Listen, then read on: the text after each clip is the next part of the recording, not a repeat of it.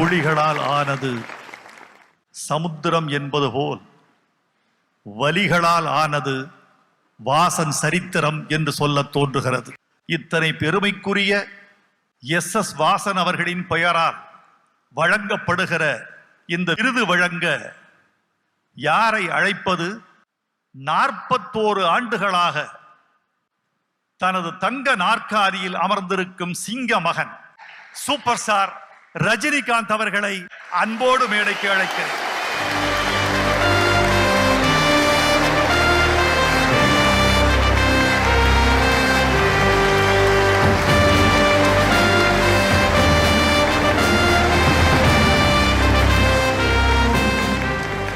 அந்த பெருமைக்குரிய விருதை எங்கள் அருமைக்குரிய கலைஞரான கமல் அவர்களுக்கு சூப்பர் ஸ்டார் ரஜினிகாந்த் வழங்குவார்.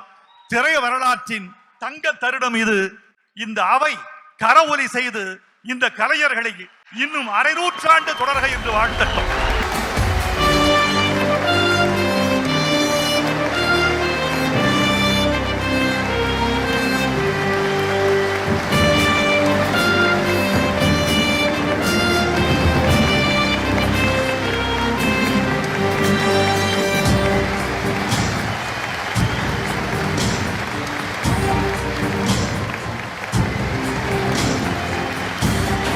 சூப்பர் ஸ்டார் ரஜினி அவர்களே, கமலுக்கு இந்த விருதினை வழங்கிய பொழுது உங்கள் எண்ண ஓட்டம் என்ன?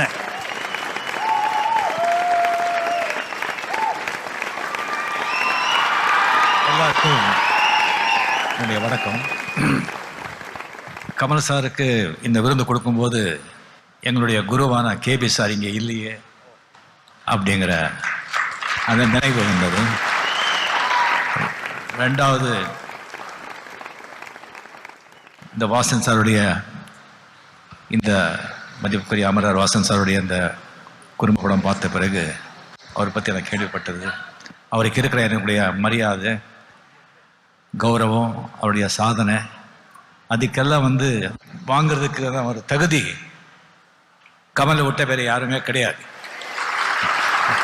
அவருக்கு மட்டும்தான் அந்த தகுதி. இன்னொரு 20 ஆண்டுகளுக்கு கூட.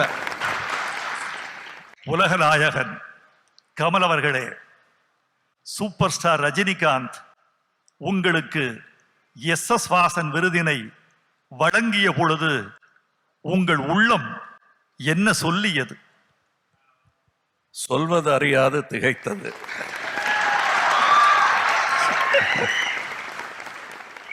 இன்னொன்னு, இப்ப அவருடைய கதையை சொல்லிட்டு வரும் பொழுது திருத்துறைப்பூண்டியிலேருந்து சைக்கிளில் வந்தவர்னு, இவர் பஸ்ஸில் வந்தார்,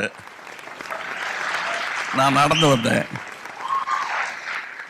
ஆக அவர்கிட்ட யாரும் இப்படி சொல்லியிருந்தாங்கன்னா ஒரு 40 வருஷம் முன்னாடி இந்த மாதிரி ஒரு மேடல் நின்று ஒரு ஜோசியர் சொல்லியிருந்தா கூட நம்பியிருக்க மாட்டார். நானும் நம்பியிருக்க மாட்டேன். இதுக்கெல்லாம் காரணம் ஐயா பாலச்சந்தர் அவர்கள் தான். எனக்கு கிடைத்த குருமார்கள், அவருக்கு கிடைத்த குருமார்கள். அது எந்த துறையில் இருந்தாலும் சரி, ஆன்மீகமா இருந்தாலும் மன்னிச்சிடலாம். இப்படி ஒரு ஆளை உருவாக்க முடியும்னா ஆன்மீகத்தை ஏத்துக்கிறேன் நான்.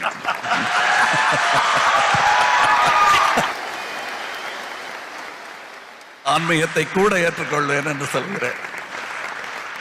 அதாவது தன்னை உருவாக்கி கொண்ட பிறகு அவர் ஆன்மீகத்துக்கு போனவர் என்று நான் நம்புகிறேன். இல்ல, என்ன போல.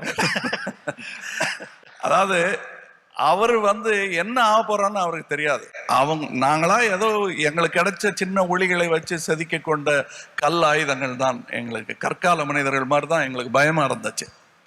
நான் நடனமணி ஆவதா நாவிதன் ஆகாதா என்பது முடிவு செய்து கொள்ளாத நேரம். அப்பெல்லாம் நாங்கள் அண்ணாந்து பார்ப்பதற்கு நம்பிக்கை நட்சத்திரமாக இருந்தவர்கள் வாசனையா போன்றவர்கள் தான். இவங்கெல்லாம் செஞ்சிருக்காங்களே, நம்மளால முடியுமோ அப்படிங்கிற ஒரு நம்பிக்கை. இருண்ட நேரங்களில், அந்த ட்வைலைட் ஜோன் என்று சொல்வார்களே, அந்த மாதிரி நேரங்களில் எல்லாம் இவர்கள் தான் எங்களுக்கு ஔடதமாக திகழ்ந்தார்கள். பாலச்சந்தர்கள் வாயிலாக நான் கேட்டறிந்த வாசன் சாரும், எனக்கு நண்பர்களாக கிடைக்க பெற்ற திரு அன்னி சேது அவர்கள், அவர் பாலன் சாரை பத்தி சொல்லி, பாலன் சார் வாசன் சார் அவர்களை பற்றி சொல்வதையெல்லாம் கேட்டு கேட்டு கேட்டு ரசித்தவன். உண்மையை சொல்ல வேண்டும் என்றால் நான் வாசன் சார் அவர்களை நேரில் சந்தித்ததே கிடையாது. ஆனால் அவர் அவ்வளவு பெரிய ஹீரோவாக எனக்கு மாறுவார் என்று எனக்கு தெரியாது. அவருடன் ஆன தொடர்பு என்னை அறியாமல் ஏற்பட்டு கொண்டே இருந்தது. இந்த சந்திரலேகா ட்ரம் டான்ஸ் காட்டினார்கள் இல்லையா, அதில் ஒரு நடனமணி என்னுடைய ஆசான் திரு கே தங்கப்பன் அவர்கள்.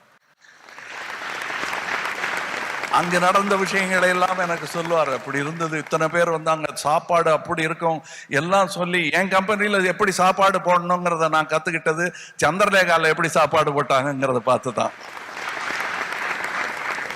எனக்கு அடுத்த வேளை சாப்பாடு கிடைத்த பின்பு நான் முதலாளியானால் இந்த மாதிரி சாப்பாடு போடணும் என்று ஆண்டி கூடி மடம் கட்டின கதை என்று சொல்வார்களே, அந்த மாதிரி நாங்களாம் மல்லாக்க எடுத்துக்கிட்டு கண்ட கனவுகளில் இந்த கனவும் உண்டு.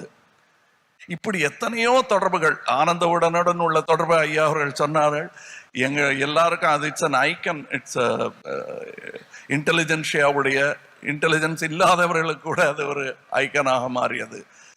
நகைச்சுவையை தமிழகம் கற்றுக்கொண்டது என்று சொன்னால் மிகையாகாது. ஜெயகாந்தனை அறிந்தது என்று சொன்னால் அது மிகையாகாது. எனக்கு அதையெல்லாம் அறிமுகப்படுத்திய இந்த பெரிய ஒரு இன்ஸ்டிடியூஷனின் கையில் இது கிடைப்பது, அதுவும் என்னுடைய சகோதரர் கையில் அது கிடைப்பது, அதற்கு தொகுப்பாளராக இப்படி ஒரு மாபெரும் கலைஞர் கிடைப்பது, என் பேரன் பேத்திகளுக்கு நான் சொல்லக்கூடிய கதை. சூப்பர் ஸ்டார் ரஜினி அவர்களே, உங்களிடம் ஒரு கேள்வி, மிகச் சிறு கேள்வி, நானும் அறிந்து கொள்ள ஆசைப்படுகிற கேள்வி. நீங்கள் பார்க்காத புகழ் இல்லை, சேர்க்காத பொருள் இல்லை, சந்திக்காத மனிதர் இல்லை, சிந்திக்காத சிந்தனை இல்லை, நீங்கள் அடையாத சிகரம் இல்லை, பாராத பள்ளத்தாக்கு இல்லை. வாழ்க்கை அவ்வளவு அனுபவங்களை சொல்லிக் கொடுத்திருக்கிறது. இந்த வாழ்க்கை உங்களுக்கு சொல்லுகிற செய்தி என்ன? மிகப்பெரிய கேள்வி. கேட்கல, எனக்கு கேட்கல. மிகப்பெரிய கேள்வி, வெயிட்டான கேள்வி. எனக்கு சொல்லி கொடுத்தது வாழ்க்கைங்கிறது ஒரு பகல் கனவு. பகல் கனவு. வாழ்க்கையில எத்தனையோ படிகள் இருக்கு. மரணம் வந்து எந்த படியில வரும்னு சொல்லி தெரியாது. அடுத்த படியிலேயே எங்களுடைய மரணம் அப்படியே நினைச்சு போயிட்டே இருக்கணும். நன்றி.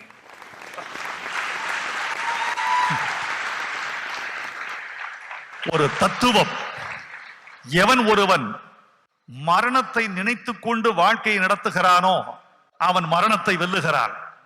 அதற்கு ரஜினி அவர்கள் ஒரு எடுத்துக்காட்டு. உலக